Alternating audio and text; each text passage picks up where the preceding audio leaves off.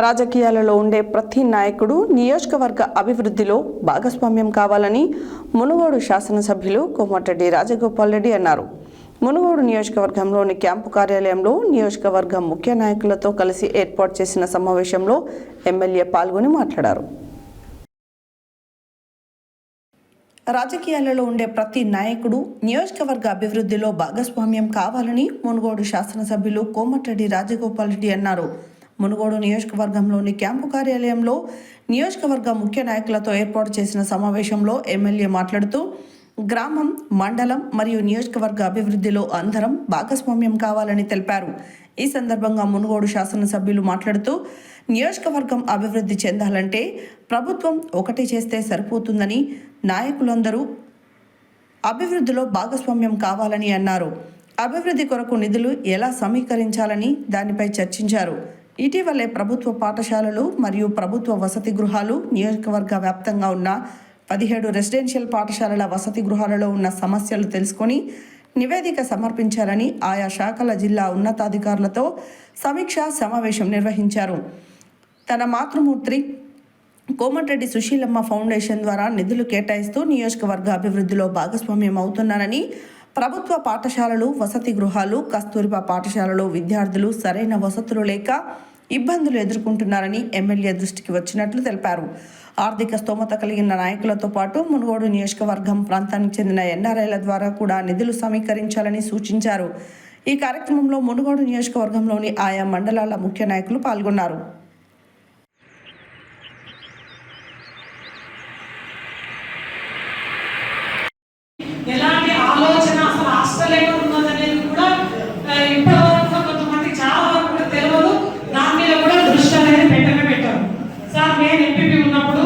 ప్రతి హాస్టల్కి వారానికి ఒక రోజు పోయేదాం సార్. నేను పోయినప్పుడు స్థానిక శాసనసభ్యులు, ప్రియతమ నాయకులు మునుగోడు శాసనసభ్యులు కోమటిరెడ్డి రాజగోపాల్ గారికి మరియు సార్ వచ్చినట్టు మేము వచ్చినట్టు కూర్చుంటున్నప్పుడే చదువు పోదామని చెప్పి సార్ చెప్పి ఎవరికి కూడా ఎవరు లీక్ చేయదని చెప్పారు. సేవ చేయాలి, వాళ్ళకి వచ్చింది వాళ్ళకే పెట్టాలి అని మనం అన్నింటి ఉద్యోగస్తులు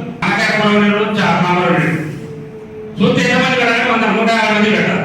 వాళ్ళు చూస్తే ఇంకా 10 కిలోల కూరగాయలు, కిలోకి 10 మంది పెట్టినా కూడా మనకు 15 కిలోలు ఉండాలి. 10 కిలోల కూరగాయలు ఉండకూడదు లేదు. ఎంతమంది పెట్టాలి కావాలంటే వాస్తవంగా కస్తూరి బాసులకు వాడడం లేదు సార్.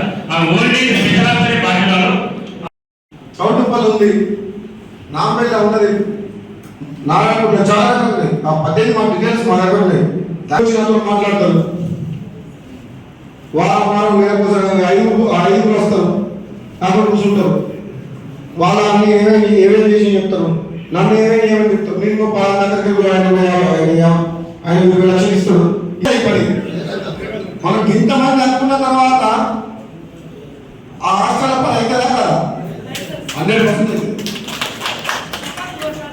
చేయాలని ఆలోచన రాలేదు. ఇప్పుడు నేను ప్రదేశంగా మొదలుపెట్టే నాకు అర్థమైపోయింది, నేను ఒక్కరే ఎందుకు చేయాలి, మా లీడర్ వాళ్ళని కూడా ఇన్వాల్వ్ చేయాలి కదా. అవునా కదా? కొందరు పైసలు ఇస్తారు, సంపాదించిన వాడు 2 లక్షలు ఇవ్వనిస్తారు, 5 లక్షలు ఇస్తారు. ఇస్తావా? అయ్యో మంచి పని మండలంలో. కొందరు ఏం చేస్తారంటే నేను పని చేస్తా సార్ అంటారు. ఒక ఆయన 1 లక్ష, ఒక ఆయన 2 లక్షలు, 5 లక్షలు. ఒక ఆయన కంపెనీలో ఉంటాడు, ఆలస్యంగా అక్కడే ఉండి చేపిస్తా, ఈ నెల 2 నెలలు ఉంటా సార్ అయిపోయింది అంటారు. అది మంచిది.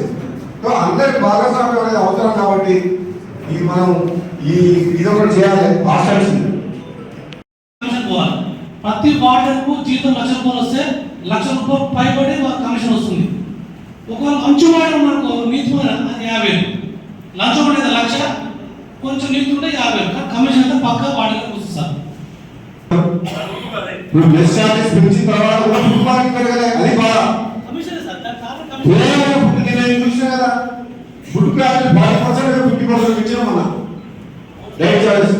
అసలు మనం ఆ పిల్లలు